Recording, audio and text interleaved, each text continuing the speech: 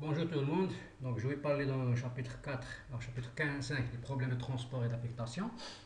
Donc le problème de transport est un cas particulier de la programmation linéaire et on va voir comment formuler un PL des problèmes de transport. Donc il est très intéressant pour l'aide à la décision, la résolution des problèmes économiques dans le cas de transport des marchandises, des lieux de production, ce qu'on appelle les offres, vers les lieux de dépôt ou les demandes.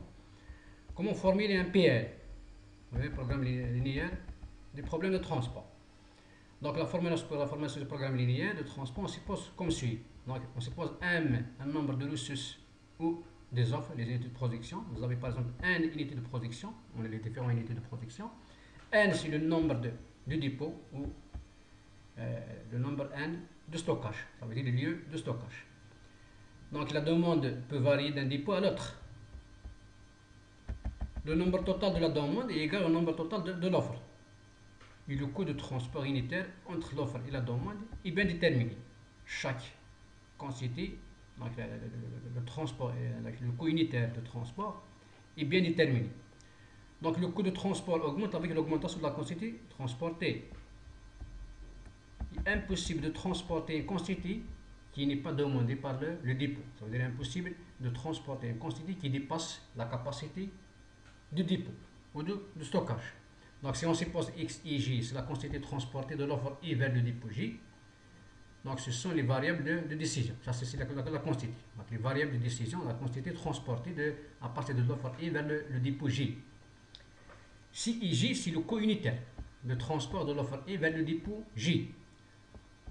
OI, c'est la capacité de production de l'offre I. Et DJ, c'est la capacité du dépôt J. Dans ce cas, la fonction objectif, c'est quoi? Donc, c'est de minimiser le coût de transport, donc le coût total de transport des lieux de production vers le lieu de stockage. Donc, mine de 1, c'est la somme des sommes. I varie de 1 à 1, J varie de 1 à 1, si IJ, X IJ. Ce qui concerne les contraintes, donc il existe deux types de contraintes. Ça veut dire on ne doit pas dépasser, ça veut dire la quantité transportée ne doit pas être supérieure à la capacité de stockage, et ainsi que la capacité par exemple transportée ne doit pas dépasser la capacité de production. Donc vous avez une contrainte de dépôt, la capacité de stockage, et une contrainte de capacité de production. Donc la somme XIJ égale à 0 et la somme XIJ, J varie de 1 à N au J. Ici, IJ varie de 1 à M, XIJ égale à DJ. Donc ça c'est la somme des quantités transportées ne doit pas dépasser la capacité de production. Et ça c'est la quantité transportée ne doit pas dépasser la capacité de stockage. Et donc, il y a toujours la condition de non-négativité. Donc, il faut que les x et j, ça veut dire que toutes les quantités soient positives. Donc, c'est un nombre qui a un sens physique. Donc, comment obtenir la méthode d'obtention de solution de base d'un problème de transport? Donc, il existe deux méthodes très utilisées. Donc, la méthode du coin nord-ouest et la méthode du moindre coût. La méthode du coin nord-ouest consiste à remplir. Donc, elle est considérée la méthode la plus facile pour trouver la solution de base d'un problème de transport. De cette méthode, comme indique son nom, on commence à remplir la case du coin nord-ouest pour la distribution des quantités à transporter des offres vers les lieux de stockage. Et on attribue la quantité suivante. Donc, on va commencer par la case nord-ouest, ça veut dire x1,1. Ça veut dire la quantité transportée du lieu de production de l'offre 1 vers le dépôt 1. X1,1, donc on va donner la quantité minimum. Donc c'est le milieu entre l'offre 1 et la demande 1. Tel que O1 c'est l'offre 1 et D1 c'est le stockage 1, c'est la demande 1.